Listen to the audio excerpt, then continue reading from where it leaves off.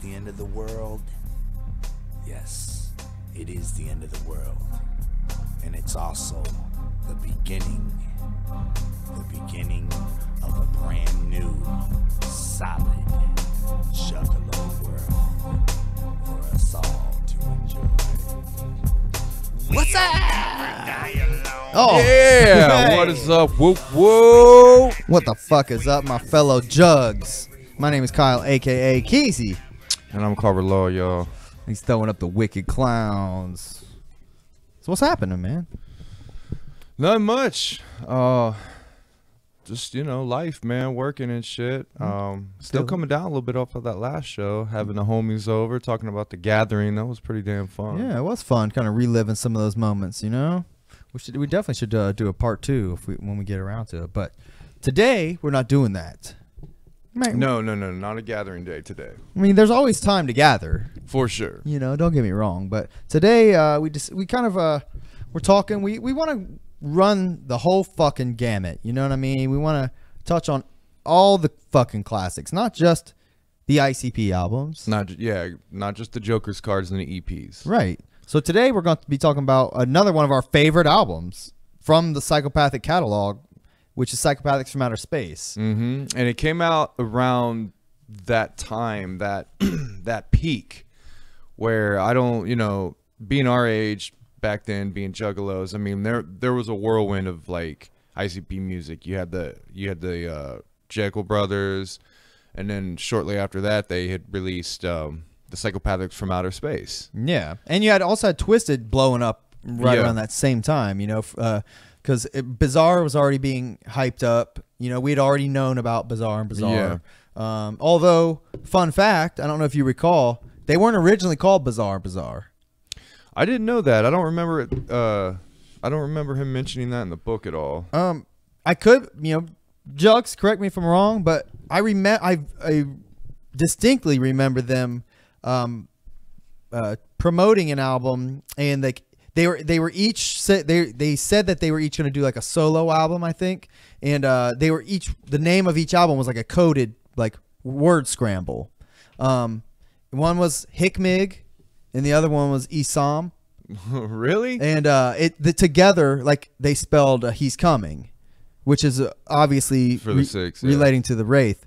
I obviously didn't make that shit up off the top of my head. I really remember that. I don't remember that at all, man. So before we had heard about Bizarre, like, this is what I thought was coming. Yeah. I kind of kept up on the Juggalo news at the time on literally the site Juggalo News, but there's also at that time there's real Juggalos. There was Juggalo.com, all kinds of weird shit. Like Malenko 500 or something like that. There was the Sixth. And there was, of course, PsychoJokas.com. Who could forget that? I'd go to PsychoJokas. But so the point is, Bizarre and Bizarre were in the pipeline at this time, in the 2000s.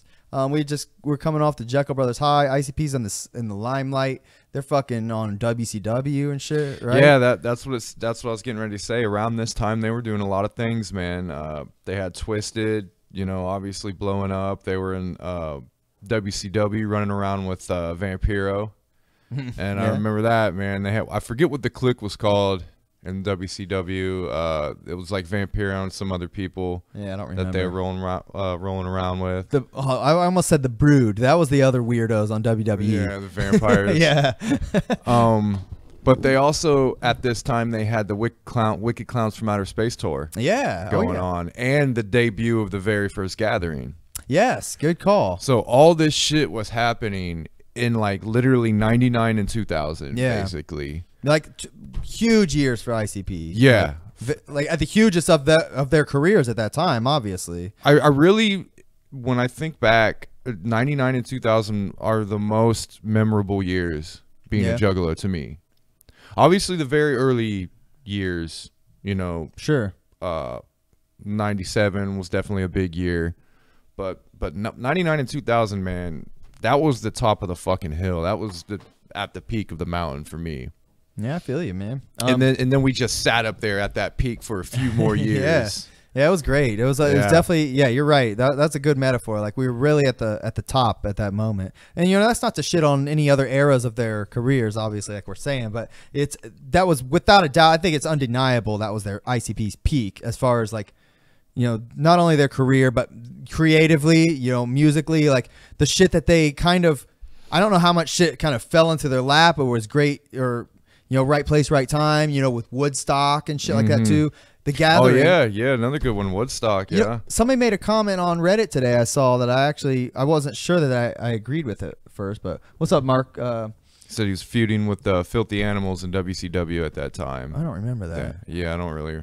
I remember watching it, but fuck, I don't remember. But anyways, the dude on Reddit said that the Woodstock appearance was kind of like what lit the fire under them to do the Gathering. Which I never really connected those dots, but neither did I. That kind of, I mean, it is kind of. I think it was all just kind of being snowballed at that time, So it makes sense to kind of make that association, but I bet you they probably would have still done the Gathering had it not been for Woodstock. Because for years they did like little mini things, like they threw little mini concerts and mini like little special mini gatherings, basically, even before the Gathering. Yeah, I mean, like wrestling shows and shit like that. Yeah, special shit just for some like small groups of juggalos. They were almost like accessible at that time. Yeah, like almost barely.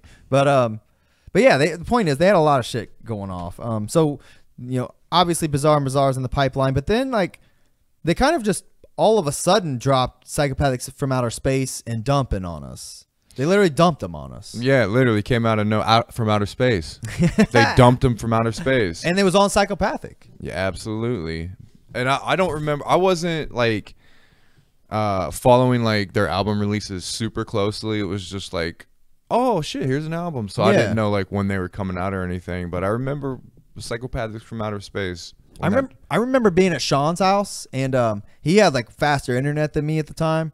Mind you, this is 2000. Like, internet had only been around for like a couple years by this time, so it was still like 56K or whatever. Anyways, Sean, I remember he went to like ICP's site, and you could like stream some of the tracks or like clips from him or some shit, and we tried to stream them, and like they would not fucking stream. He had like a reel player, and they would not play through the reel player and shit. I have a specific memory of that, but specifically like because some of these songs that are on Psychopathics from Outer Space we had actually heard prior, namely like we've heard Murder Murder Murder, Slim Anus, obviously the original Redneck Ho, which this may have been the first ICP song that had gotten like the remake treatment, if I'm not mistaken. So that really intrigued me at the time. But Meat Cleaver obviously too. But so this album kind of, to me, it kind of came out of the blue. Like there was no hype for it. There's no like, here it comes, get ready on this date, it's coming out. It was kind of just like not there one day, and the next it was like, here it's coming out, and it came out. I ordered both albums online and got them both in the mail. But it was like a big deal because these were on like Joe and Joey records. Yeah, I do remember that. I remember when they came and like them not being as professionally pressed up. I remember noticing that too. Like, yeah, it was just like a little slip cover. Yeah, I was like, man, this is some true bootleg underground shit. But for ICP, it was still pretty high quality. Yeah, and it's interesting because with them being at the top of ICP's career, they kind of do these weird little side projects and kind of like don't hype them up. It's almost like they like little presents just for juggalos, at the time. Yeah. So right here, they said after the Wicked Clowns from Outer Space tour. This is in the behind the paint. After page 477. After the Wicked Clowns from Outer Space tour. And then an awesome debut of the Gathering of Juggalos. Studio was just the place we needed. We set in to record a crazy ruthless motherfucking double album to drop as last effort in recruiting any last minute juggalos to join our parade before the 6th Oh, came. nice. So that's what you were saying. That's basically what they're doing. Like they weren't, they didn't have to hype it up too bad because they were already on the hype train. Yeah. And it was just, they were popping that shit out, man, for like you said, for basically just surprise presents and shit. Yeah, I mean, they obviously had, the biggest album of their lives in the works by then, Bizarre almost seems like they seem like it was their throwaway songs at the time almost. Like, I don't know, like how many of those songs were just songs that got cut from the sixth? You know what I mean? Yeah. I've always wondered that kind of shit. But that said, like, I love Bizarre Bizarre, especially at the time. Like, I mean, it was fucking right on the money what I expected from ICP. You know what I mean? And he says right here, not to mention they made for perfect staller. There it is. He said, I was not feeling any type of message at all for the six. I had no idea what to call it and how to put it and how to have it sound. I was like, just wait on it. Yeah, fuck it. He says, and you'll fuck it up, and you can't fuck up the six. So he was basically, they were stalling. They were just having fun. He didn't have a huge message he had to worry about. You know, I was gonna say, like, reading that, it almost seems like he was like, I mean, I've read this, but I don't recall those passages. But it's almost as if he really like was stalling for the sixth because he just said he didn't know what to call it. Like, that's kind of surprising to me that they wouldn't have already had that kind of sorted out by then. You know, like they had been building up to this shit for like 15 fucking years at that time. But if you read this book, chapter after chapter, he talks about he gets the messages come to him. Yeah. And he doesn't act on them until those messages come, until the vision comes. So if that's true, you know, and it wasn't there yet, then he had nothing to go off of. Yeah. I mean, that's incredible that they like at that time they still didn't know what to do, but it fucking worked. You know, it worked itself out. Like that just goes to show like how powerful like that, you know, the creativity is inside them, you know. Yeah. I don't know if it's all Jay, but nevertheless. And one thing about the Bizarre albums, them being like no special message or anything like that, and them having fun, it really did show on those. So I can't wait to review those because those albums are really fun. Oh yeah. But it's kind of the same feel for Psychopathics from Outer Space too. It's just kind of like that, just kind of fun. They're having fun. There's obviously some stuff they threw together that probably from different eras, maybe not too far apart in eras, but there's definitely stuff that sounds like maybe from the Malenko era, from the Jekyll Brothers era. They kind of, you know, it seems like they were maybe working on like Forgotten Freshness 3 around this time or something, like trying to find shit for it, but they were also big upping Twiztid so much at that time that they wanted to like, I mean, they were forcing Twiztid down our throat. Don't get us wrong. Don't get me wrong. This was definitely like, hey, Twiztid's with us. They're you know, this was a Twiztid basically sideshow if you want to look at it like that, featuring ICP. Yeah, I mean, essentially that. I think that might be part of why they made this album, like as kind of like, you know, they were obviously building the brand of the label, you know, being more than just ICP. So here's a compilation of the best of what our camps can do. You know what I mean? So. That said, I think they did a fucking great job, and I love this album. So, you ready to dive in? Yeah, let's get into it. All right. First track's a dirt ball. Here we go. Table. I'll say this intro. Is it Legs? I don't know who it is, but it's I think that's Jamie Madrox. Oh, is it? It sounds like it to me. Okay.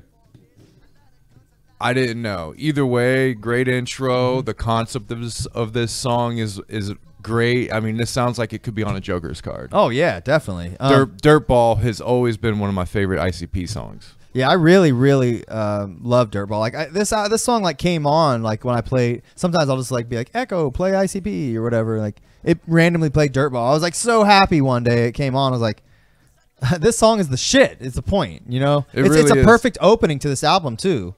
Yeah. But yeah, like this song is so good that I do feel like it really deserved to be like on an actual album though. Yeah, me too, man. Like to me, this song made this album feel like it was more than just a throwaway album. Yeah, absolutely. And there's a couple other examples of this, of that same feel later on that I'll mention. But there's a few songs on here that are obviously like, you know, don't have a place, and this is perfect for this album. But man, this song's on point. They spent some time on this fucking song too, and they just kind of they threw it away on this. So I really like the verses, kind of like the simple verses to explain the story. Yeah. So you get really good storytelling and really good like visuals and stuff through the verse, the way the beat's set up. and then it's just a build up to that hook, which is so awesome with that guitar. Yeah, with the riff, man. Yeah, I mean, up until this point, that was like one of the most rockiest like shits that's ever been in an ICP song. Oh, I forgot Twiztid's even on this song. Yeah, and I remember their verses blowing my mind. Like, yeah. This is Professor Data, or yeah, I like it. They just keep like mixing their yeah lines and shit like that. Yeah, they do a great job. The back and forth like dialogue that they're doing, and it's just, it was a genius song, man. All right, we can move on. Let's get. And I love that back. Hell, speaking of that, that background kind of reminds me of this. Oh yeah, here, let's show this on the. Let me bring up the other screen here. Look at this shit, man. Speaking of outer space, the Joker's card floating in outer space. Yeah. I think we showed this on one of the past.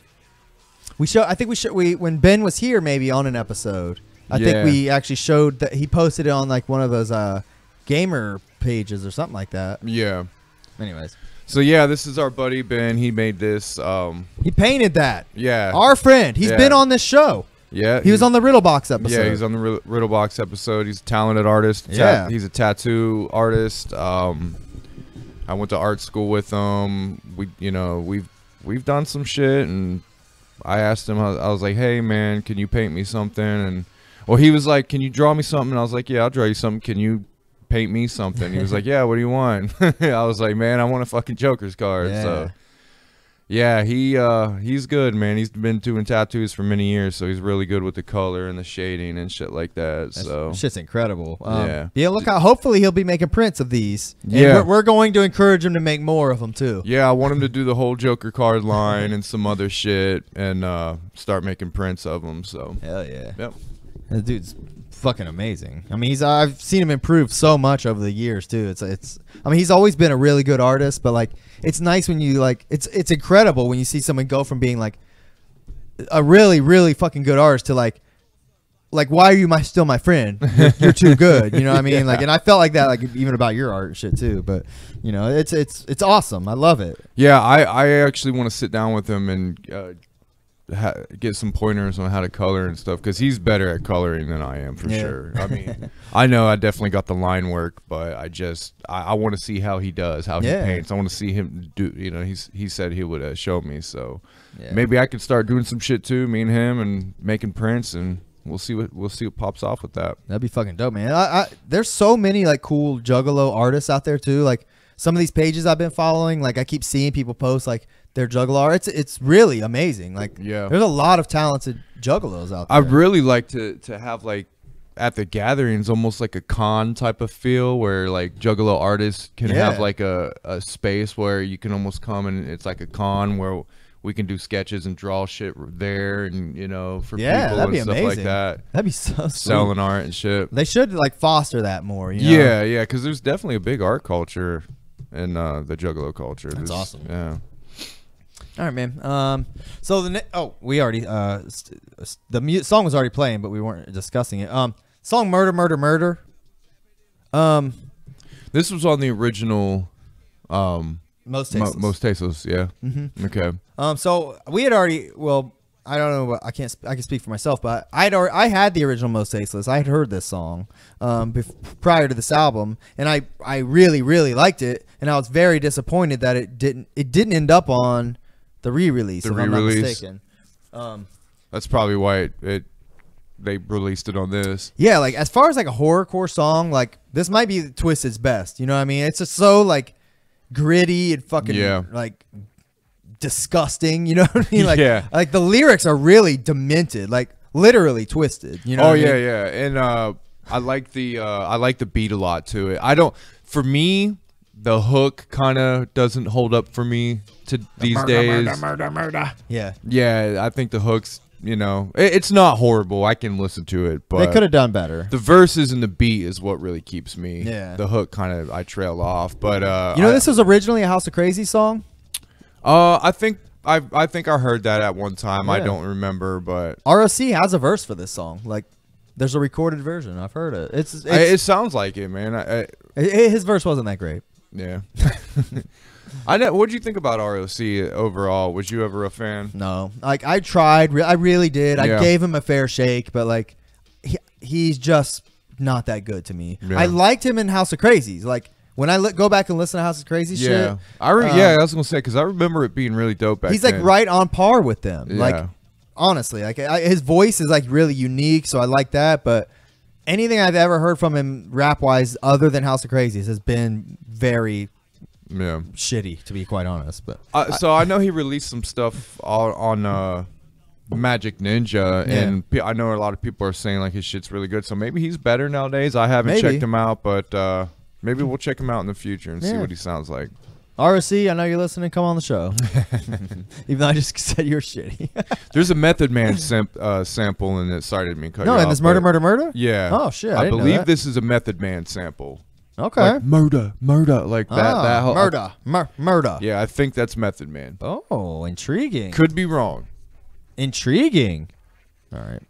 But yeah, decent song. I like it. Not one of my not one of my favorites of Twiztids, but back then it was. But it's changed since then. I don't think I would consider it one of my favorites now. Okay. What do you think about $50? I love $50. Yeah.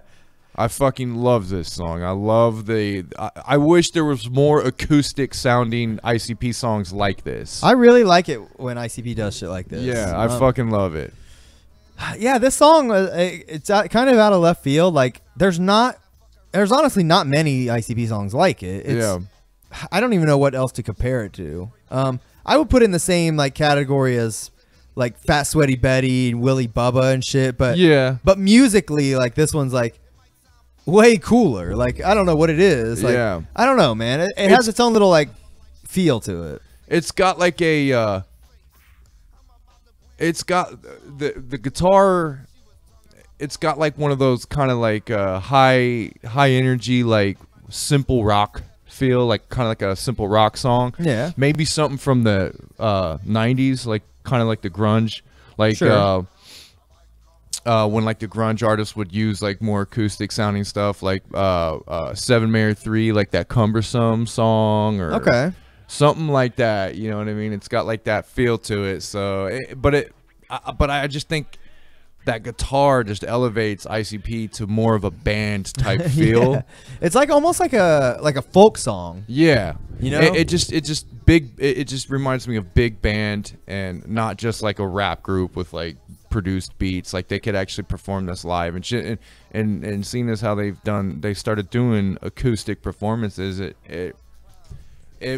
I don't know, it gives me hope that they might actually do like a start incorporating like a live band in their shows. That'd be awesome. Dude, how cool would it be if like one of them learned how to play guitar and they fucking like played shit like this on their acoustic shit? Like one was playing drums. Yeah. Dude, how fucking cool would that be if That'd be ICP awesome. became an acoustic duo? Yeah, it'd be great, man. I mean, I would not. And they just did shit just like this. Yeah, and they wouldn't have to do it every song. Right. Just like when they play $50, bust it out and do it then. And they still do their like typical rapping in this song. You know, it's very ICP, but very different at the same time. But it's really great. I love the hook. Yeah, me too. Love the hook. It's got it's just, I don't know, it's just an uppity song, man. To me, this is what ICP does so good. These types of songs. It's to me though, it's also obvious why this didn't go on like a main album. Yeah. You know, I don't think it really has like a real place that it would have. Like, I mean, if this was on fucking Jekyll Brothers, like you probably would be like, what the fuck? Like, yeah, I mean, it sounds like a Jekyll Brothers song, honestly. Just not like it sounds like a Jekyll Brothers era song, but I see why it's not on there. Yeah, it doesn't have the vibe. But I mean, you could say that about Another Love Song too, I guess. But I honestly, this might be blasphemy, but I would rather have this song on there than Another Love Song. I would too. Like I like this song genuinely more. Yeah, I would change this shit out. This is a great song. $50. But that build up, what they just did right here, it's a build up. Yeah. Oh yeah, here we go. We'll play it. I love this shit. And he goes, yeah, he starts. Yeah, love this shit, man. You could tell like Jay loves like doing like singing and doing this shit. Like it's nice when he gets to actually do it, you know. But I love this shit because you got the guitar, you got the drum beat, you got the scratching, you got the chanting and him all and just the perfect build ups and Like none of it's out of place. Yeah, like the overlapping shit that they're so good at doing. Yeah, man. Yeah. This is a great example of like ICP's just raw talent, creative talent. You know, I don't know how much like Mikey Clark had to do with this or anything like that, but yeah, I wish we had the. I wish I had the production, like who all did the production on this, because I really don't know. Does this have a flap? Like I have the actual booklet. I don't know. Do you have it in your big book over there? Hold it down for a second. Yeah, just grab that. I don't know. I've never known all the producers to this album. I've never really looked it up. Yeah, me neither. I am curious though. I was always more interested in the Joker's cards, but still, I'm curious as to who would produce. I'm assuming it's Mikey Clark. I mean, at this time they were still. Yeah, I would think so. Yeah, I don't think they were messing with anybody else at this time. Got the booklet right here. It's literally just a flap. Oh man, see. Yeah, unfortunately. Yeah. Let's see how scratched up the CD is. Look at that fucking. I've got worse, but I'd be shocked if that motherfucker still played. Oh no, it'll play. Here's the album, by the way. This is the cover. It is actually like glittery and shiny, and I was always salty because like when I had this album on my computer, like and you try to download an image, like obviously the image can't look shiny. Yeah. But Spotify did a really fucking good job of putting a shiny one on there. Yeah. I don't know how the fuck they did that. But yeah, like that. Like imagine never seeing this album in the store. It never was in stores. Like you fucking coming up riding off the Jekyll Brothers wave and then getting this fucking weird album, both these weird albums in the mail, you know. Yeah. Here's Dumpin. Dumpin's shiny too. They must have. They're both like on a shiny kick. Pull that out too. There's the Dumpin one. Yeah.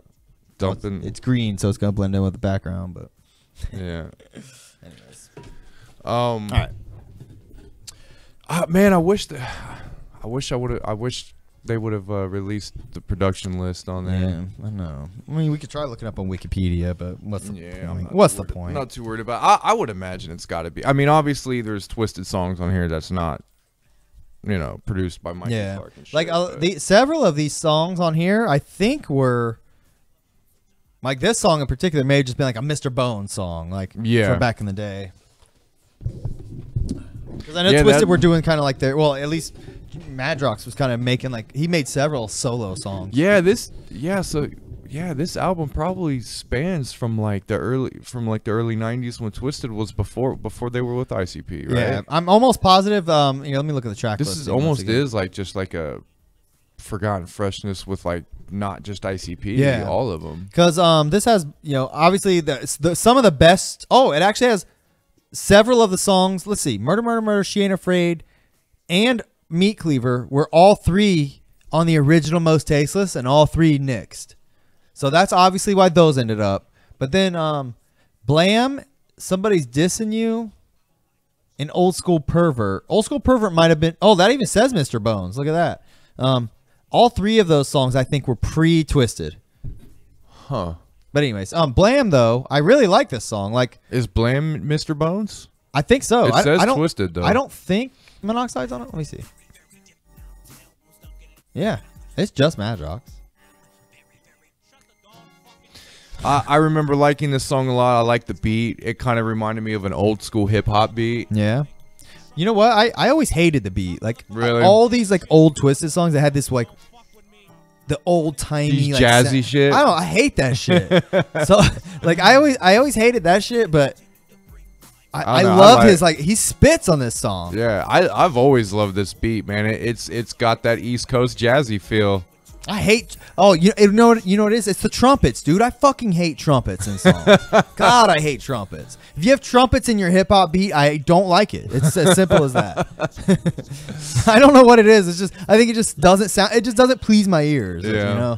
But nevertheless, I like this song. Maybe we could find something if it was done right that would work for you. I hope so. That's a gripe I've made several times in the past here too. But whatever. I don't have much else to say about that. Now, Sleepwalker though. Oh. Sleepwalker, one of the best they've ever done. Yeah. Yes. This is another great example of a song that deserved better. Yeah, absolutely. This song was this a Hollow Wicked single though? I don't know. I don't know if they did or not. I think they like maybe even that year or the next year they made it like a Hollow Wicked single, but nevertheless, this song is the fucking shit. No, yeah, exactly. This song, another one that I think deserved to be on a Joker's card, and I remember back then this was one of my favorite songs on this album. The storytelling is fucking amazing. His style in this song is like so unique too, like the way he raps. I don't think he'd ever done that on another song until this. On Fred Fury, he does it, yeah. Or on that might be on Flip the Rat. Yeah, song. One of them. We pointed that out, didn't we? That it sounded kind of like sleep. No, but yeah, that was like you're right. This was the first time he had rapped like this. It was a different style. The hook was fucking great. Yeah. Kill him, sleep right through the night. Like that shit was just great, man. Yeah, the storytelling of the song is like out of this world. It's like this is like what ICP fucking literally what they do best. And all the storytelling songs we've talked about in the past have been great, but like this, like he's just so good here. It's just a new level that Jay hit with this type of shit. Like it's such a I mean, it's a unique concept as well. Like for those who may not know, like this song is just about him like he goes to sleep, and while he's sleeping he walks around and kills people, and he wakes up in the morning like and he doesn't know what he's done. But what Jay does in this song is like every verse is so intricately written, like where he conveys like all of his thoughts. Like, you know, he talks about the killing. He talks about how he wakes up and doesn't understand what's going on. Like then he has these skits of him in these meetings and shit. It's like it's so well done, man. Great, it's man. Perfect. It's a perfect ICP song. You know? It's a great jumping on song too. If you ever like, you know, you wanted to show somebody like what ICP is. Sure. Like, you wanted to show them the storytelling aspect. I guess it lacks shags, so that might be the only reason you wouldn't. And if you wanted to really just have people listen to, you know, ICP as a group, Shags and Jay, you could probably pick a better song. But this song, I could just imagine, like, you've never heard ICP, you don't know that they're actually good at stuff. Here, listen to this. This would be, I think, a great jumping on, because it's not that old. Yeah, you know, it doesn't sound old like some of their old shit. And the storytelling, it's I can see it grasping people. It's very capturing. The beats, you know, really done really well. I remember it banging too with the bass. The only thing I don't like about the song is at the end where he goes, I always liked that. Oh, really? Hold on, because it was goofy and I just liked it. I hated that shit. Oh, so I forgot they had skits on this shit too. Yeah. Oh shit, man! Here comes T. Jay, you scoot your fat ass over. Oh, there it is. I hate that shit. I thought it was fucking funny, man. That's just. I mean, it's the same as fucking another, or you know, the stupid shit they've always done, like trying to sing and be goofy. Yeah, as I guess fuck, so. I mean, it's fine. It's just that other than that song to me is like a perfect song, and you could live without that. Yeah, exactly. It never bothered me so much that like it made me not like it. But I'm like, come on. Thankfully, it's at the end. I can skip it. All right, She Ain't Afraid is like the bitch song on this album. Every album needs one. This, I'll say, this is probably one of my least favorite on here. Okay. Yeah. I really like this song. Yeah. I like it a lot. Like I think the beat is so fucking nasty. The beat's dope. I'll say that. The beat's dope. I just, The lyrics are just shocking. She ain't afraid to. Let me hear it. Fast forward. All right. Let me hear what it sounds. Yeah, it has this long ass like. Ooh. Yeah, the beat's dope. I'll give it that. Let's get high and just fuck.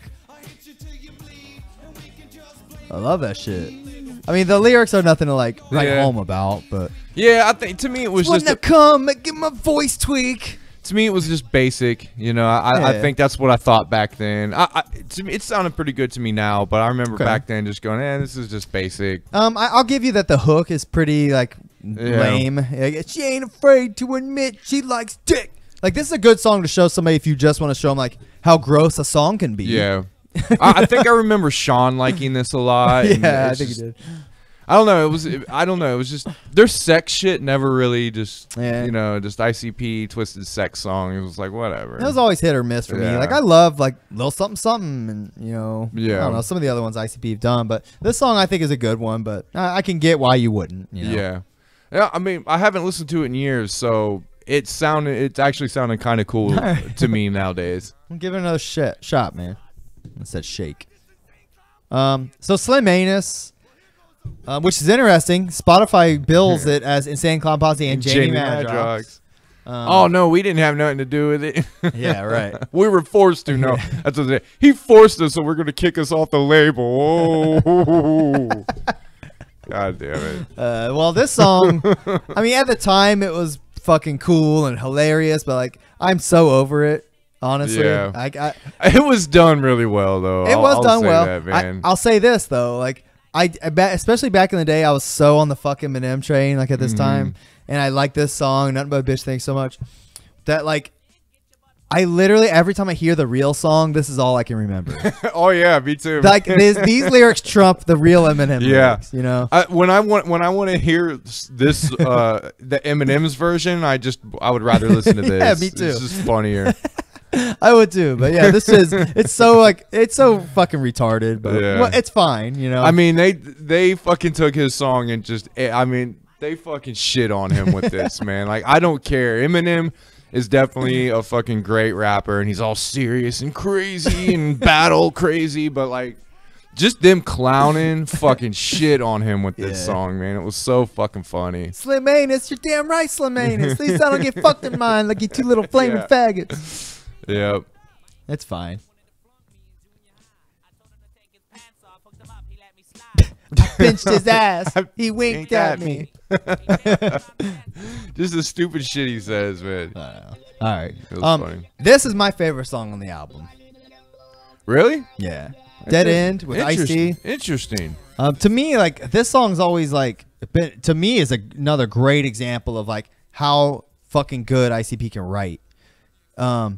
This song is a song called Dead End, by the way. It features ICP and I almost said Tech 9. Ice-T, rather. One and only song that they've done with Ice-T, I think. But Ice-T fucking kills it on this song. He does a great job of like, they obviously told him like, you need to do a verse about this. Yeah, so your thing about when rappers don't write what the song, you know what I mean? They just go off, like you're saying that doesn't do that. Yeah, like, he sticks to he sticks to what ICP said. This is what the song's gonna be out, and you're saying he's done it. He did a great job with that. I do agree with that. But yeah, this song is about each verse is Jay Shags and Ice-T. They're each on death row, about to get executed, and they what is it?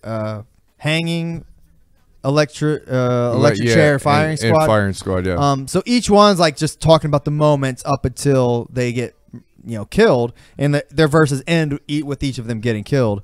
But it's extremely creative. Very creative. I can get the sense though that you aren't as huge of a fan of it as I am. Not musically, I'm not. Okay. I'm not. It never I guess hit the notes that I like. It didn't I don't know. It just did on a musical level. It never really got me. Okay. But I still listened to it. Like, Yeah. I never skipped it. Okay. To me, this was more just to listen to it. Okay. And, like, hear what they're saying and get the story. It was never just like, oh, I can bump this. Yeah. You know, it was never something that I like to just bang. Well, fuck you. No, I mean, it is more of a listening song to me. It's not really like, oh, put that shit on. Yeah. You know, it's more of a, I don't know, like a show, a movie. Yeah, no, that's a great example. To me, like when I listen to music, it's always more about what's being said. Yeah. I mean, how it's being said, it's a close second,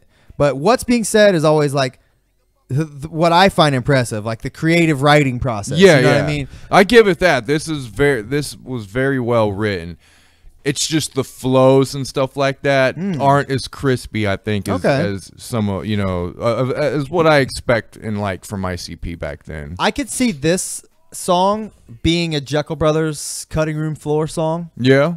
It wouldn't have surprised me if that this was what happened there, especially with the other like features they were doing on that. And obviously they were going for a thing of like trying to get like known rappers on songs and shit. But that said, I don't think that it should be on the album or anything. I'm glad it found a home on Psychopathics from Outer Space, but man, like I think this is it's a really spot on, great fucking song. I really enjoy it every time. Though it takes me to that space. Yeah. Like when I listen to this, I'm really like I feel like I'm in like this dank prison. Like watching this shit go down, and I can like feel the dampness on the fucking stone walls and shit. Some of the details.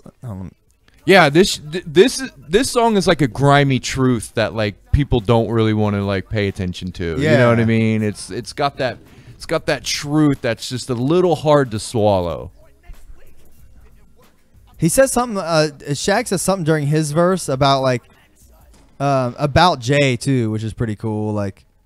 Lights flickered through my cell block because all the power they got surged into one spot. Yeah. Jay's chair, hear him screaming, fully loaded. It was funny at first till his head exploded. Like, you know, that's how his verse. Great fucking line. Yeah, that's how his verse starts, and it's like Yeah. it just like it's so crazy, man. Yeah.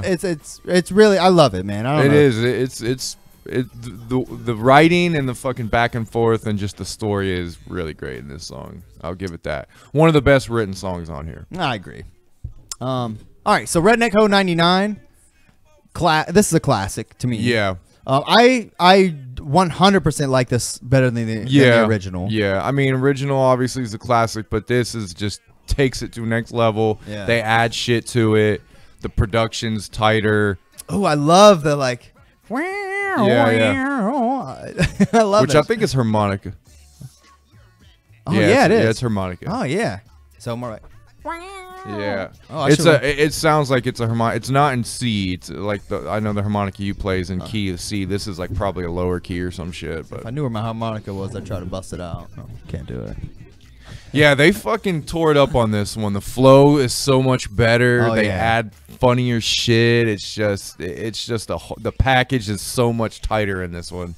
Yeah, especially with Twiztid involved too. Yeah, I think Twiztid do a great fucking job, you know, adding to it. But I remember back then when they would have Twiztid on songs, the beat would change when they come in and almost got more like grimier and more wicked sounding. Like they were really trying to portray Twiztid as like the more wicked side of the coin. You know, that's a great observation because I've kind of made that same observation too. Like why I've noticed that they do it, but I've never wondered why. But that's a great like thought. I've never considered that because don't they even do that? Do they do that on Juggalo Homies too? They might, but I know they did it on Dirtball. Yeah, they definitely did it on I think when Dirtball Twiztid came on, their shit would change.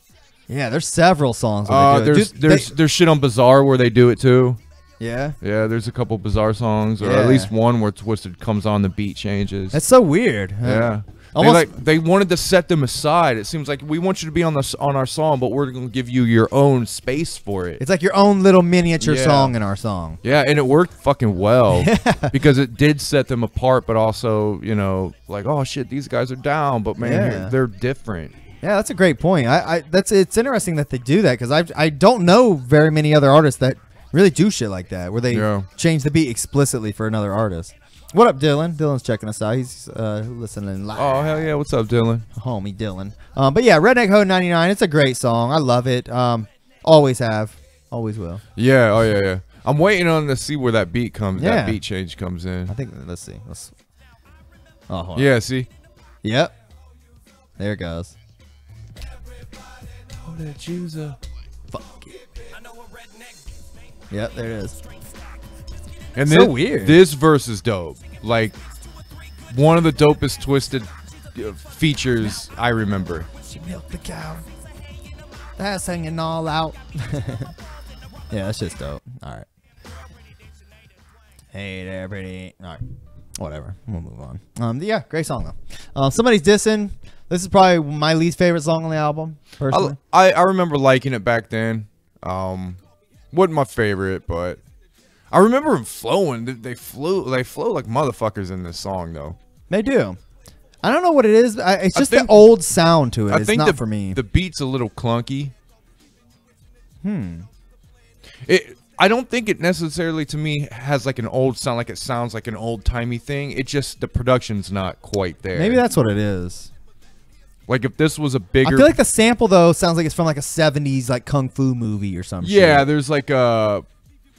Yeah, I know what you're talking Like about. a ding, ding, ding. That Like, shit. dun, dun, dun. Yeah.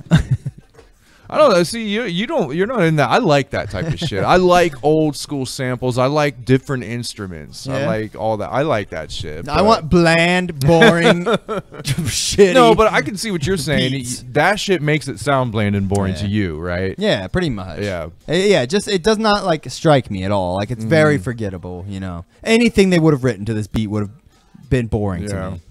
So, whatever. But I mean the hook's catchy and shit, but I also don't like how they're kind of like they lazily sing it. Yeah. I don't know. Yeah. It just sounds cheap. Yeah, it wasn't the best. It wasn't their best song. I remember. I didn't skip it though. Yeah, I would. I'm skipping it now. I think I'm gonna say probably my favorite song besides Dirtball. This is probably my in Sleepwalker. Dirtball, Sleepwalker, and this probably my favorite songs on here. I really love this song Yeah. too. This is another great one that should have got a little more praise, I think. The Amazing Maze. Yes, The Amazing Maze. Great song. Another great like concept song. This is also an example of like a carnival ride song, which we've discussed, like ICP likes to do often. And we've discussed like putting together a playlist of all the carnival rides. Well, I'm gonna throw that shit together. Yeah. Dylan likes Sleepwalker.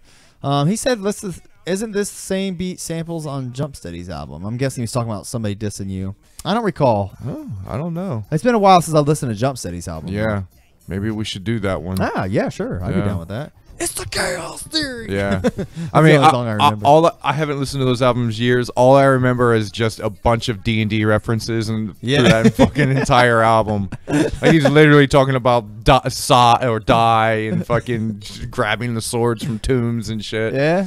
I'm like, it's cool, but Jumpsteady's like just Jumpsteady, rapping ability just is always very like yeah. generic, I guess, you know. His content was always about like board games. Yeah, I like the content, but the execution was never the best. Yeah, But but Jumpsteady's dope, man. Yeah. We'll give him some credit. Yeah, I'm a Jumpsteady fan. Kung Fu samples galore on Chaos Theory, yes. Yeah. And I like that shit. I like those old timey Kung Fu samples. Yeah. You know, like I bought Master of the Flying Guillotine, and I only listened to that album like twice, I think. Really? It was just, I don't know. Which was that the first or second one? That was the second. That was like the full length he released after. Okay, I after remember that Chaos first Theory. one I listened to quite a bit. Yeah, that one was cool. That came out Yeah. at the Gathering. Yeah. One of the gatherings we went to. All right, but nevertheless, Amazing Maze, fucking amazing song. It really, I think this would be also a great intro song to ICP. Why not? Yeah, this is one I believe could have been on a Joker's card. I don't know Yeah. if we just mentioned that, but yeah, I believe this could have been fit perfect on This song Jekyll Brothers. Yeah, this song's as good as anything on Jekyll Brothers. You Yeah. know, it's really fucking great. Is Shaggy on the song? the fuck up and open that door. Like I think there's one part where he says that. He's like the way he's saying it, he's like gasping as he's saying it. That's funny. Like, hurry the fuck up and open the door. Jay does a great job of like voice acting. Yeah, oh you yeah. know, which I don't think we give him really enough props for, but like I mean, he was the original. like you know, I just thought of something great. Like, why hasn't ICP done like a fucking like cartoon, or why haven't they voiced something? Yeah. You know what I mean? Like, I don't think their voices are where they used to be. Yeah, they I probably guess so. wouldn't be able to do too much of it now. Their range is kind of not as wide as it used to be. I could get behind that. But just their normal voices, they could still do some funny shit. all right. Nevertheless, great fucking song, man. I don't know how much more I can say about it, but listen to The Amazing Maze if you haven't. Some creative traps in this song too. I remember Oh yeah. spinning rooms with like tacks in it and shit. I think one of them said. I've always loved how like descriptive he was on that kind of shit. You know. Mm-hmm. I thought You know, actually, you know what this song reminds? This song reminds me of a Riddlebox era. Now that I'm thinking of it, hearing his voice, he's got that real high pitched shit that he did in Riddlebox. Okay. Yeah. So yeah, it's Here he goes. Hurry the fuck up and open the door. I love that shit. But yeah, that sounds more like a Riddlebox J. Yeah, it does. Oh, I was gonna say Shags isn't in it, on it, but he does all these like little interludes. Yeah. This has got to be Mikey Clark production too, by the way. Oh yeah, for sure. Dylan Justice cartoon theme for Gathering of the Juggalos 2020. Cartoon. Okay, yeah, they should do that. Yeah. All right, moving on. Old School Pervert. I think is another. I don't even remember this song. I used to love this song back then. Oh yeah. I used to love it back then. Because not necessarily the content, just the beat and the flow that he had. It was to me, it was like real smooth and shit, and I liked it. But I don't think it holds up for me anymore. It's all right. I did like this song back in the day. I wouldn't skip it, but I would now. I think. I just don't. Yeah. It's just.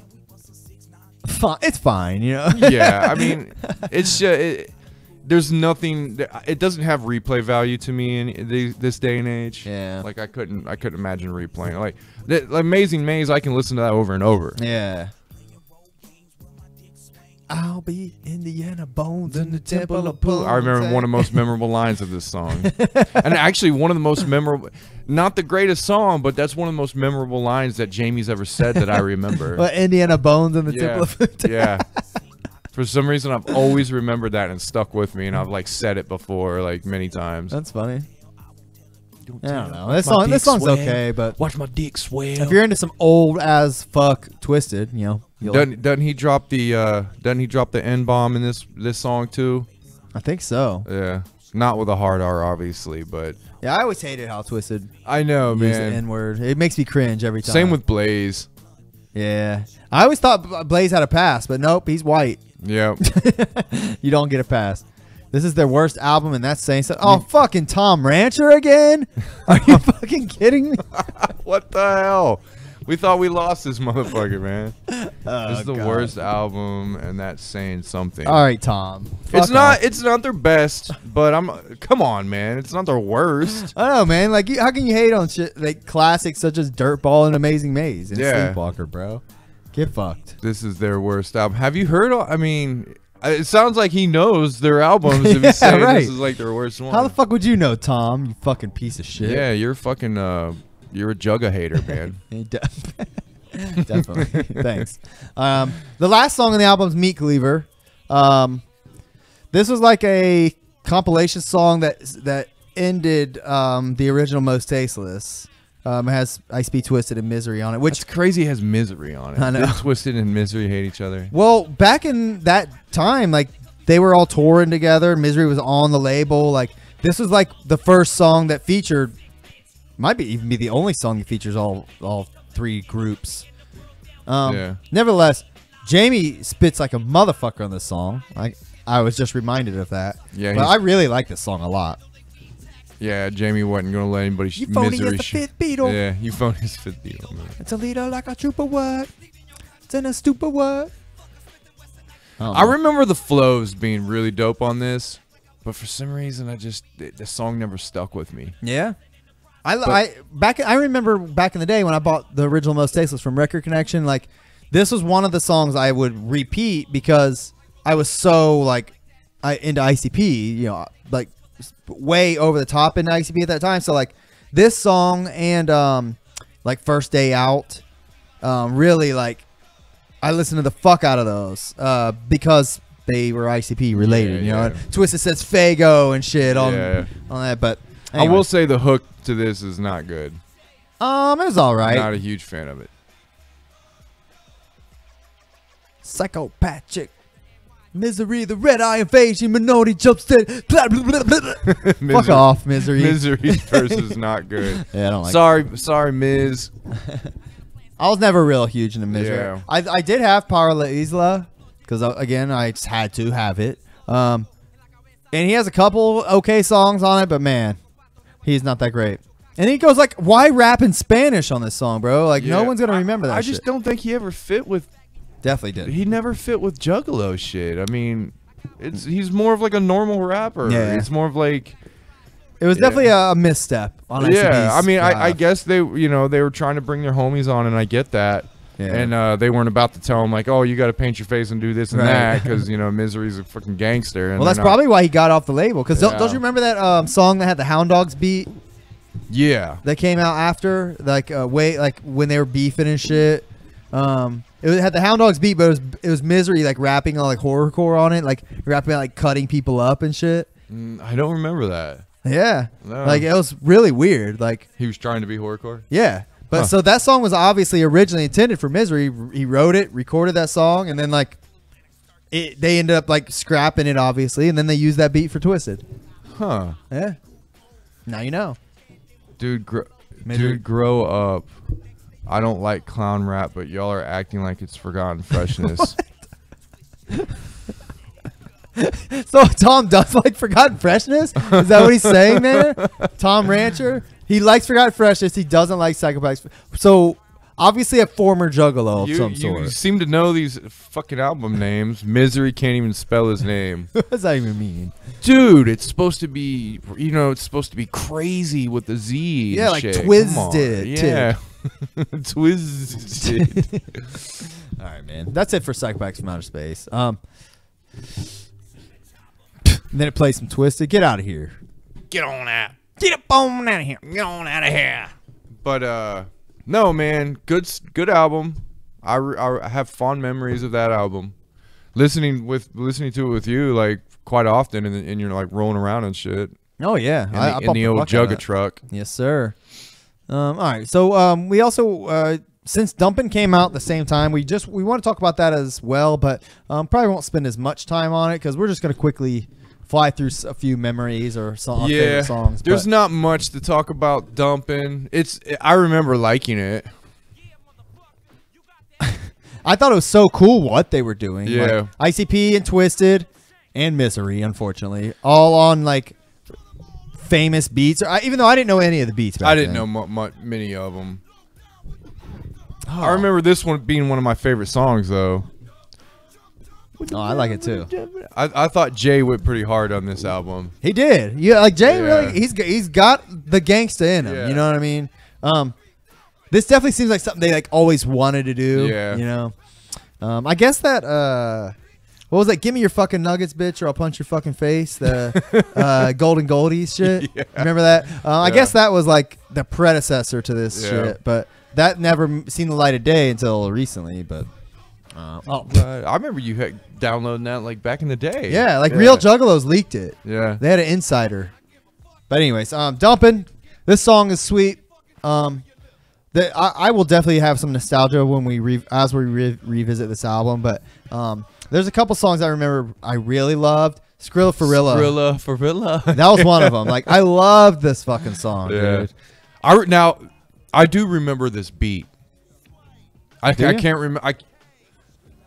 Because I remember this beat from the 90s, man. It was popular. I just can't remember who the fuck it was. I wasn't hip to any rap because I'd only listened to ICP at this time. I recognize some of the beats they used on later Rydas albums, but like they used Nelly Air Force Ones and shit. I want to. Yeah. They used that fucking Shaggy song. It was the worst. Anyway, Skrilla Farilla's one of my favorite songs. Probably my. Oh, what was the other?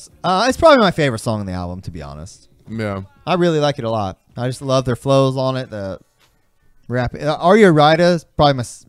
It's probably my second favorite. I really like this song. I think they had released prior. This was like the hype song for this album. Yo, all up in my nuts no more. That's what the wrinkles are there for. Recognize. And like this is one of those albums like I forgot that I knew the lyrics to this shit. You know what I mean? Dude, I read about it on Wikipedia. Tom. All right, Tom. Your spell check is fucked up or you're retarded, either one. Tom, shut up. Tom Rancher, you hating ass bitch. Is this Dirk Lotus? Dirk. He says, "Is this Dirk Lotus? Loadus? Fucking weirdo." All right. All right. Are You Ryda? Great song. Every day. Every day. Oh, I forgot. This does have Blaze on it too. Was this like Blaze's first shit? Might have been. I feel like his EP definitely was out by this time. Huh, I don't know. I can't fucking remember. I thought his EP came out after. I don't know. I definitely knew of Blaze prior to this album though, because I don't recall like being shocked that he was on it or anything. Yeah. Nevertheless, Every Day, good song. So, Misery was on this album? Yeah, Misery was Twin Gats. Like Twin Gats. Yeah. Yeah. Like he fit on this. Yeah, you're right. Misery. This is actually Misery's best shit. Yeah. He actually did a pretty good job on it. Yeah, because like he was really feeling it when everybody else was like lying, like they're not fucking. And I also love how they gave all of each other like gangster names and shit. I thought that was so cool. I also like as they added members, they all got their own little gangster names and shit too. Isham and my favorite's got to be Physicleasy. Fizzlecleasy. Fizzlecleasy. All up in your ass like a smizzle wheezy. I can't remember what song that is. I think that's off the next Right and Dirty. I think you're right. This is my favorite song. I remember Superstars. Rydas. We Ryder haters we don't. Yeah, this shit is dope. I remember this shit. Slugging your. This is my least favorite song. Yeah, I keep touching. I agree. It's probably my least favorite too. Slugging your noggin. So what about this, Tom? This is like some gangster shit, and everybody knows you want to be gangster and shit like that. So do you like this? Like, dude, haven't you seen Tom? He's like a preppy little fucking hipster bitch. I did not. You know that? I thought he was like thugging, man. I mean, he probably fakes the funk and listens like gangster rap and shit. So it wouldn't surprise me, but. He said misery is what I go through hearing his voice. Wow. That was a good burn, though. I'll give him that. Oh, you know what? I take it back. Ghetto Fantasies might be my least favorite song on this fucking album. This shit is fucking gay as hell. Oh, yeah. Ghetto Fantasy. I blocked this song out. So this shit sucks. I hate this shit. I hate it when any rapper does this. Yeah, now this is a lame fucking beat. Yeah, this like is all that shit you're talking about that I like, and you said you don't. This shit is whack. All these little glitzy fucking sounds in this beat just sounds so stupid. Like I get what they're doing here because it was very common for like gangster rappers and shit to make these like love songs essentially, but. About loving the ghetto. Yeah. And loving their bit. Like, they talk about like loving their girl. And like, I mean, it's so fucking gay, dude. Like, it's so stupid. I mean, and not gay like homosexual. Gay isn't just like gay. What if somebody was like, man, I keep hearing about ICP. Let me hear. And then like they just Google something, this pops up and they listen to this and this is what they think ICP is. Whatever. This song fucking sucks. That's one of the worst songs on Psychopathic Records, I would say. Yeah. It's like, yeah. Yeah, I would agree. All right. Let's see. Who? I don't remember this song. I like this one too. Who got more hoes than us? That shit is great. With hoods and black trucks, fucking everybody. Oh, what up? Jay's verse in this is great. Is it? I don't remember. Yeah. Whoops. Hold up. I was trying to fast forward and just turned it up. Oh, that's Shags. Yeah. They all killed it on this. There he goes.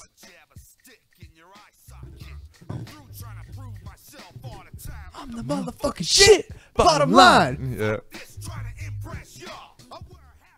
Walk a fat bitch through the mall. Freaks. Warts on her butt cheeks. This shit is dope. All right. That was Jay. Like, that was just Jay being Jay, man. I loved it. Kilo of a Nut. And this song's fine.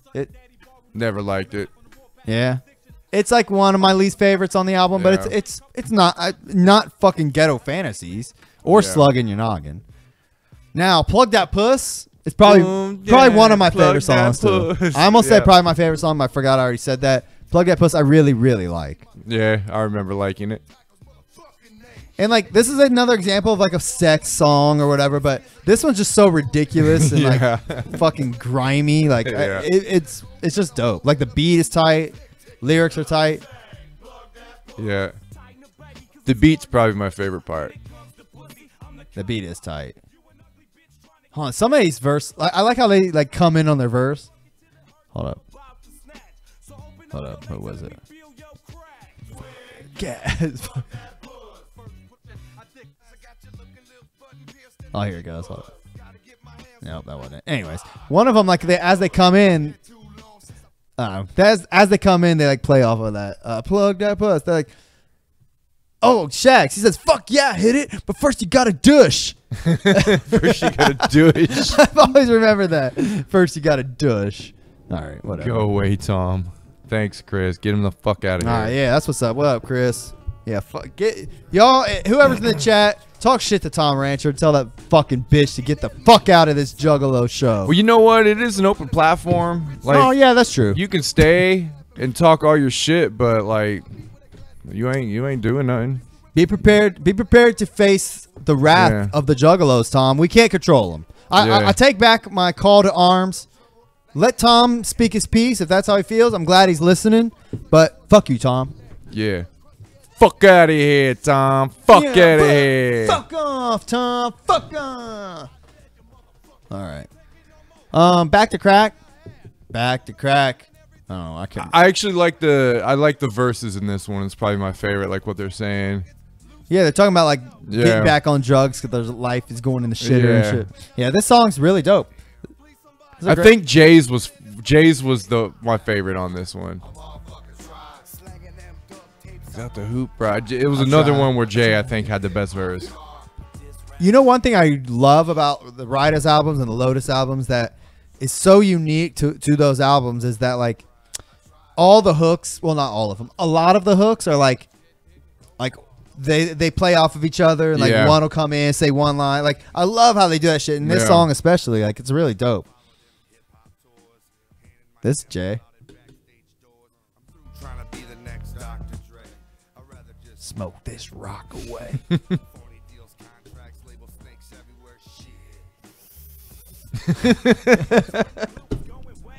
He's just fucking dumb. It's dope, man. Riding for life. Is this the last song on the album? Yeah, it is. It wasn't. I didn't like this song. This song was just okay too to me. So that's for life. And yeah, that's for life. And now you guys see why we kind of just want to skim through the album. Like, it has its moments. It has its moments, but it's just not like a fucking like classic. You know I could have trimmed some fat off that album. Maybe made it like a fucking 6, 7, 8 song. Well, I think you could make this a really solid 6-track EP. Yeah, for sure. I think you could probably take the best Rydas songs collectively and make a dope like 18-track album. Oh yeah, you know what I mean? Yeah, I like all the albums. Yeah, because all the Rydas songs kind of follow this in the same footsteps. Where like there's a few songs that are just grossly outshining the others. You know what I mean? But there's a few bangers, a few sleepers in there, but every album always has a few pieces of shit. Yeah, you know, or at the very least, really forgettable shit, you know. So, anyways, for those bangers, we salute you, Skrilla Farilla, for life. Are You a Ryda, especially on this album, dope songs. Back to crack.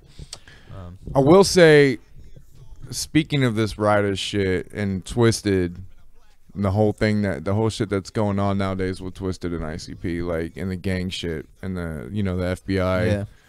Like, I mean, they were here, dude. Twiztid was here playing this, partaking and putting this stupid gang shit together with ICP and putting it out there and, glorifying it. And, it was obviously fake and everything. And most everybody knew that, I think. I would hope. But, like, they were fucking part of it. They're definitely part of it. They're definitely part of making the whole gang thing. Like, yeah, it's unfortunate that that's kind of like the stance they took, because they could have just kept it real and like, said whatever else. But like, how are you gonna like, run with the gang shit's all fake or it's all bullshit or whatever? Like, I just watched a clip recently, a few days ago of it's a video, but you can't see them, but you can hear Madrox like talk, like somebody's obviously like after a show like talking to him about shit, and I think it's an older clip, maybe a year or two old, but anyways, he's talking about how like the gang shit's all like fake and like there's not even any. He's like, look it up. There's no evidence. Like nobody's getting arrested. He literally is saying such a blatant lie. Yeah, it's unfortunate that like that's the hill they're dying on. Like that's one thing that he's literally saying this when you can pull, you could have stood there with a phone and been like, what do you mean, Madrox? And pulled shit up and shown him and been like, what is this?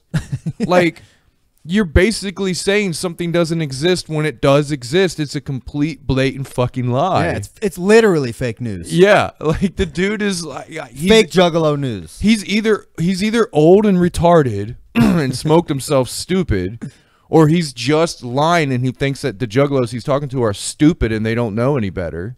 Yeah, yeah, it's unfortunate that, you know, like I said, that, you know, I really want to keep liking Twiztid, but like every time I find something like that, it just really like knocks them down a peg, man. Like, Yeah. I'm like always disappointed. Like, you know, sure they can make a cool album and I'll listen to it and shit, but you know, I used to like the people, you know, and that's the blow. Yeah, you know. And that's not, you know, I know we've flip-flopped several times. We've had this discussion a bunch of times on the show regarding ICP and Twiztid. And, you know, one episode we'll hate on them. The next episode we'll apologize. Yep. But, you know, it's always... But I'm going to speak on what I see. Yeah, I'm going to speak on what I see and how I feel, mainly. Like, you know, as somebody who was here for this, you know, it's so disappointing. I mean, dude, we co-signed for Twiztid for fucking how long? You know, like we loved them and bought their albums, supported them. How long? You know. Yeah. So, I mean, I would have got like a Twiztid tattoo at some point. You know, I would have. I'm glad I didn't. I would have probably regretted it. Man, imagine all those people that did that. Are feeling that same thing we are. I just saw a guy on like one of those Juggalo pages I follow.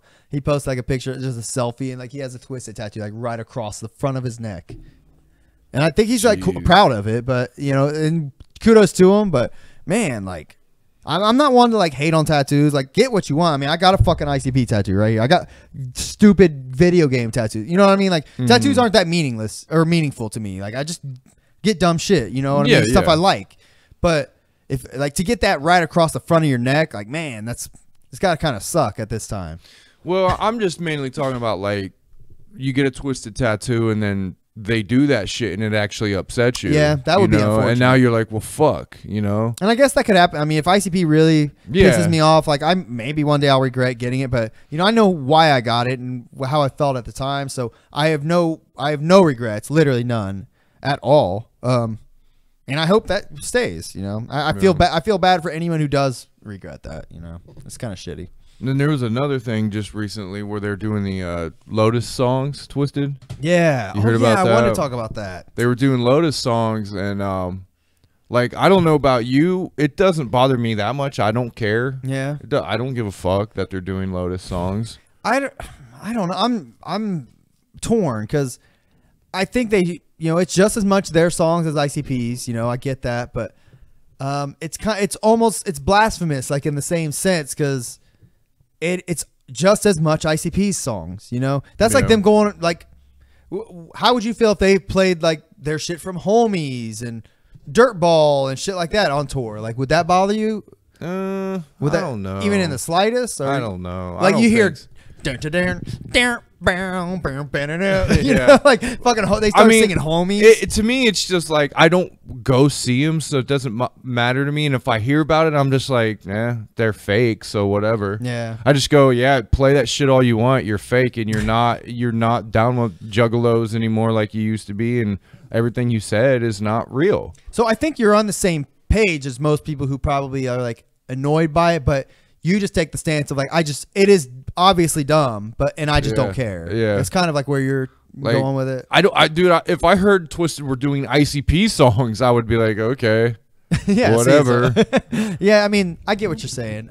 They're fucking, you know, they're fake, man. You know, they're not what they used to be. And I'll put it like this: Twiztid is gonna be here on Sunday. I've been wrestling with the idea of going. I mainly want to go see Gmo Ski, but they're gonna be at Scully's, which, if you don't know, which you don't, whoever's listening, unless you live in Columbus, it's a tiny like, damn, it's a bar. They're doing Scully's. They're playing a bar, and I'm not shit talking them for that. I'm glad. I'm saying I want to go for that reason. They don't draw as much people now. Yeah, that's the shocker. They legit don't. If they're doing Scully's, it's them. I think AXE, and this is Blaze, and Gmo. This is Columbus, a huge fucking Juggalo town. Yeah. And they're playing Scully's. Dude, they should be at the fucking Newport. Yeah, I agree.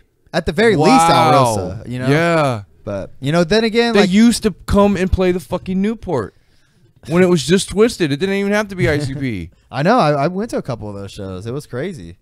But yeah, it's weird. So for that reason, I'm planning on going.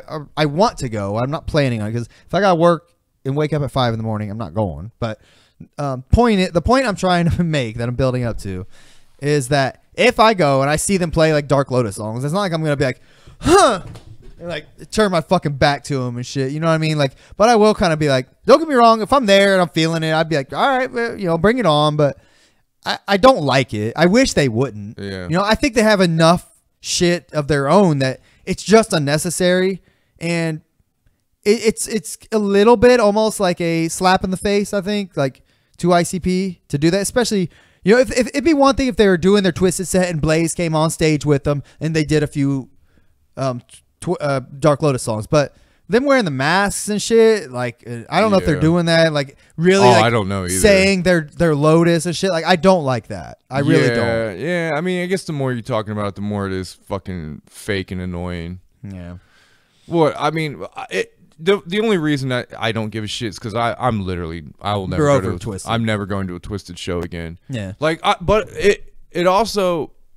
It sucks, man, because you say you're talking about wanting to go. Like, I wish it was at a point where I could be like, yeah, man, I'll go with you too. Let's go hit up a Twiztid. But like, they fucked up so bad that I'm never fucking going to support them again. Yeah, I know. And I'm never going to, you know what I mean? So I don't know. And I'm not losing sleep over it. Don't get me wrong. I'm not like, oh man, why Twiztid do what they did? Oh my god, open the door. I'm sure, like, I'm sure you've gone through some of like the stages of grief in your own little way, like especially when the shit was going down. But you know, I know are you watch CPN and shit, and I know what he feels about it, and I know how a lot of the stuff he's brought to light, and that's probably given way to a lot of your feelings. Yeah, well, CPN was there. And that's why he blew up so big, is because he was there as a voice for those people. Yeah. And he basically walked everybody through it and helped. And thank goodness for him doing that. You know, I think he did the Juggalo world a service. Yeah, he really did. He did the Juggalo world a service, being the voice of the people that were pissed off and upset about that, and doing the research and getting the people on to talk about it. And, you know. Do you think it bothered him? Like a lot, like when that shit went down. Yeah. I mean, I can't imagine why else he would go to such lengths to kind of like piss on Twiztid. I mean, he's definitely an ICP dude through and through for life, but he loved Twiztid just as much as everybody else did, you know. And all the fucking bullshit and backstabbing, shit talking shit they've been done, he's exposed every single fucking little bit of it, because he's our Alex Jones. Yeah, I mean, he just exposes it, and that's where I heard the Lotus shit the other day. Somebody was Monoxide had one of those little fucking videos or live things. His little fucking blogs that he does in his mom's basement. Yeah, and it wasn't like too much talking shit, but you know, he had a couple little snarky comments like, "Yeah, we doing Lotus, so what?" Blah blah blah, something like that, and then it's like, and some, you know, you hear like Jamie or whoever fucking run their mouth in the background. He's like, said something like, "No, they ain't gonna sue us. Shit, they'd have been tried if they could sue us." Blah blah blah blah, like saying some fucked up shit like, dude, like, shut your fucking mouth. Yeah, like, shut the fuck up and make your music, bro. Like I get that people are coming at him with that shit, you know, so maybe he feels like he has to address it, and in that case, you know, whatever, but. The fact that people are coming at him and he's feeding it as being a fucking artist on the level he's supposed to be on. He's stooping down to this level of feeding those fucking haters. That's the reason why you're in fucking Scully's playing fucking in our town now, dude. That's the reason why you're there, because you're not what you used to be. You're feeding into the low life bullshit, and that's where you're sinking. So have fun playing fucking Scully's. Well, that said, you know, more power to them. I hope they sell the bitch out, but I don't know, man. Whatever. Yeah. I got you, though. Yeah, I mean, I didn't want this to be a Twiztid hate, man. I always say that. But we don't mean to, but when you are, you can't help but be involved, and, you know, I'm passionate about, you know, all of these subjects we're talking about. So, you know, while I don't really care much about what Twiztid does, I have an opinion about it, and you know, I'm gonna say if it's fucking annoying me, you know. I mean, I don't let it get. Let's put it like this: I don't let it get to me. I'm not gonna fucking lay down at night and be like, oh, I shouldn't have hated on Twiztid. Those years, the late 90s and early 2000s, those years were fucking some of the funnest times I've ever had, and I loved all of them. Like, those were just, I know it'll never be that again, but like I still cherish those years with Twiztid, you know, ICP being with Twiztid and shit, and like I loved it. And I'm sure back then they really were in it and felt it and part of it the way they did. They just they grew up and got older, and people fucking change, man. Yeah, nothing is for life. You know, they're seeing the Matrix with you know, being friends with ICP, business partners. You know, being tied together with people like that, no matter who you are, it's going to take its toll on you, especially, you know, when you start getting an ego and you start getting a fan base. You know, it's gonna happen. It was bound to happen. It's just it sucks. Like they tried to make it seem like it was amicable, and then like all of a sudden they want to start talking shit. Yeah, what really gets me is just their integrity as like people. Yeah, and like what they are. They're them resorting to just shit talking and, you know, basically being the same thing as the fucking trolls are. Yeah. And just they have a louder platform, and they can say their shit, and we all hear it, man. We all fucking hear it, and then they try to deny it, and then they try to fucking deny it. Like, and then Juggalos upload it to YouTube, and it's oh, what video? That's the shit that gets me, man. Like, if they just own up to the shit, like, yeah, dude, we couldn't work with ICP anymore. There's a lot of fucking Juggalos we don't like and we don't want to be part of. If they would just own up and fucking say the truth to everything, I would respect them way fucking more. Yeah. You know, instead of just trying to backpedal every fucking turn. And that's why I like how, you know, I plan on wrapping this up, but that's why I do like how when Jay sat down with Fago Lovers and did that, like, you know, no holds barred interview with them or whatever. Like, I love that he did that. You know, he didn't have to do that. No. You know, he said his piece, said his side of the story.